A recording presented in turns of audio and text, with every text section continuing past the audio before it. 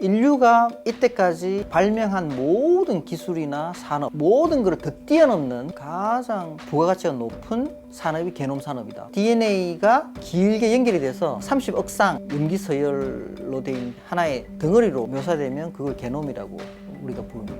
우리를 잃고 조작할 수 있다, 바꿀 수 있다라는 걸 생각해 보시면 암도 치료할 수 있고 치매도 치료할 수 있고 수천 년 살 수도 있고 이런 모든 게 게놈이 시작되는 거죠.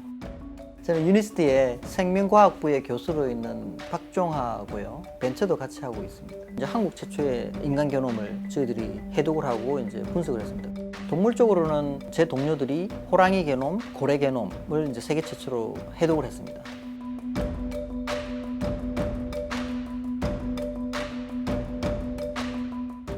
대학교 86년에 들어가서 2달 만에 자퇴를 했습니다. 대학이라는 데가 이제 저는 이제 사람들이 막 연구를 하면서 이렇게 즐기고 하더니 그런 줄 알았는데 그게 아니라는 걸 깨달았게 된 거죠. 점수에 계속 연연해 하면서 스트레스 받아가면서 친구들이나 뭐. 그래서 저는 이제 그게 안 맞았죠. 저는 의미를 못 느꼈습니다. 그렇게 사는. 1년 정도 영어 교육을 하고 6개월 만에 군에 입대를 했고요. 30개월 마치고 제대를 했고 그 사이에 군대에 있으면서 제가 영국의 아버딘 대학이라는 곳에 동물학과를 지원해서 들어갔습니다. 4년 맨 마지막에 시험을 치는데요. 그 시험 치는 그 과목이 4년 동안 배운 거를 문제를 냅니다. 재밌죠? 그러니까 이 뭐냐면 4년 동안 배웠으면, 제대로 배웠으면 4년 동안 한 모든 문제가 다 나오니까 답을 할 수 있어야 된다는 거죠. 그리고 절대평가를 합니다. 그러니까 어떤 때는 1등급이라고 그래서 A 받는 사람이 뭐 20명일 수도 있고요. 100명 중에. 어떤 때는 한 명도 없을 수도 있고 철저히 절대평가. 영국 교육이 다 그런데 진실이 중요하다는 거예요. 당신이 상대적으로 누가 뭐 했고 이게 중요한 게 아니라 기냐 아니냐가 중요한 거지, 사실과 어떤 진실에 기반을 하다는 거죠.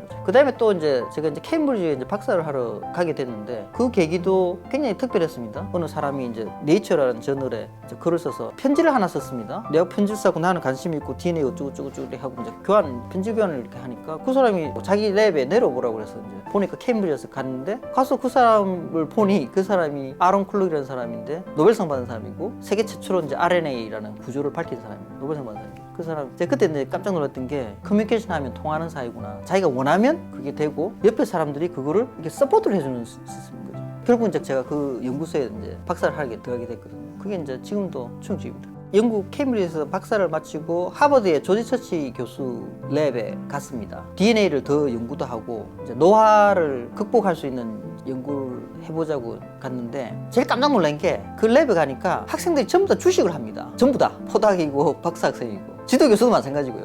충격적이었습니다. 케임브리지는 워낙 학구적인데 거기 가니까 랩 전체가 한마디로 주식 투자를 다 하고 있는 겁니다. 그 주식도 어디에 하고 있었냐면 DNA 칩 만드는 회사, 자기들이 기술 개발해서 연구도 해주는 그 회사의 주식을 만주, 이만주 뭐 학생들이 갖고 있고 지도 교수도 갖고 있고 뭐 이런 식으로 논문에 앞서서 터커를 엄청나게 내는 겁니다. 터커가 그래 중요하고요. 저는 케임브리지 때 단 한 번도 터커 얘기를 들어본 적도 없습니다. 하버드 가면 공부할 줄 알았는데 그게 아니고. 그래서 그 조지 처치 교수가 제 지도 교수인데 이제 회사만 한 몇십 개를 만들었습니다. 결국 우리가 하는 이게 국민들한테 써야 된다. 대중한테. 민주화가 돼야 된다. 우리 심지어 우리가 하는 과학도 결국은 국민, 대중, 시민을 위해서 써야 된다라는 그게 이제 미국인 겁니다. 그게 이제 영국하고 차이입니다. 영국은 엘리트 교육 시스템이고 굉장히 고상하면서 깊이 들어간 어떤 그런 전문가적인 그런 철학을 갖고 있고 연구라는 거는 진짜 완전히 순수한 연구해야 돼. 이런 식의 어떤 건데 미국 가면 모든 게 시장이고 일반인이고 대중이고 많이 써야 되고 이런 겁니다. 굉장히 다른 철학인 거죠. 미국의 위대함이 있다 그러면 철저하게 그 링컨이 말한 국민을 위한 국민에 대한 뭐 국민의 이런 거 있지 않습니까? 민주주의 그런 그게 깔려 있고 그것들을 먹여 살리는 게 뭐냐면 엔터프리너십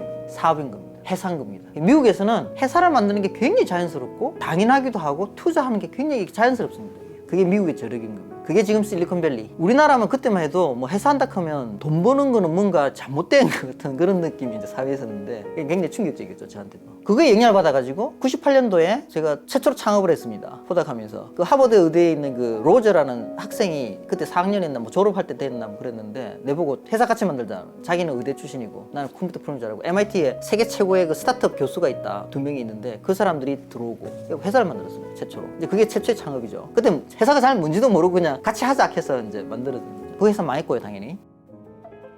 제 생각에 가정교육이나 학교교육이나 우리 사회의 신뢰가 무너지고 서로에 대한 어떤 존경 이게 무너진 가장 큰 이유는 과거 일제시대나 전쟁, 그 다음 조선시대 말기 혼란기를 겪으면서 내가 정직하거나 신뢰를 하거나 이렇게 뭔가 그거에 본질에 충실하면 엄청난 고통을 당한다는 걸 경험을 한 겁니다. 사회 전체가 트라우마를 겪었고요. 그게 못 헤어나오고 있는 거예요. 그러다 보니까 그 약자 이런 거에 대한 어떤 존경 이런 게 없어지는 그런 문화가 더 계속 세지기 시작합니다. 왜냐하면 지난 한 100년을 겪으면서 보니까 힘세고 배신하고 앞잡이질하고 뭐 하여튼 세상 이런 사람이 살아남는다는 걸 다 겪어봤거든요. 이제 그런 것들이 치유가 안 된 겁니다. 이거 뭐 어떻게 치유를 해야 되느냐? 우리나라에서 제가 진짜 한마디 우리 국민이 꼭 진짜 들어야 되고 계속해서 애들이나 애들이나 하면 괜찮다.